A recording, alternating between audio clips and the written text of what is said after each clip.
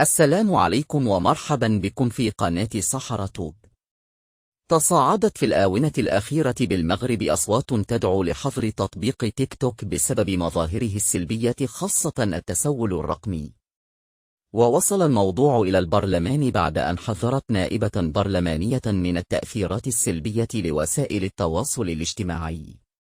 وذكرت النائبة البرلمانية عن حزب الأصالة والمعاصرة حنان أتركين أن مواقع التواصل الاجتماعي أصبحت تعرف انتشار ظواهر التسول والتحرش والاتجار غير المقنن وتقديم الاستشارات الطبية دون ترخيص، لافتة إلى أنها ممارسات وسلوكات مجرمة بمقتضى القانون.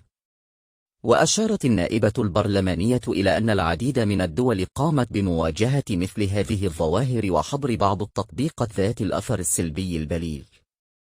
نهاية هذا الخبر. لا تنسوا الاشتراك في القناة ليصلكم كل جديد. لكم تحيات طاقمنا. إلى اللقاء.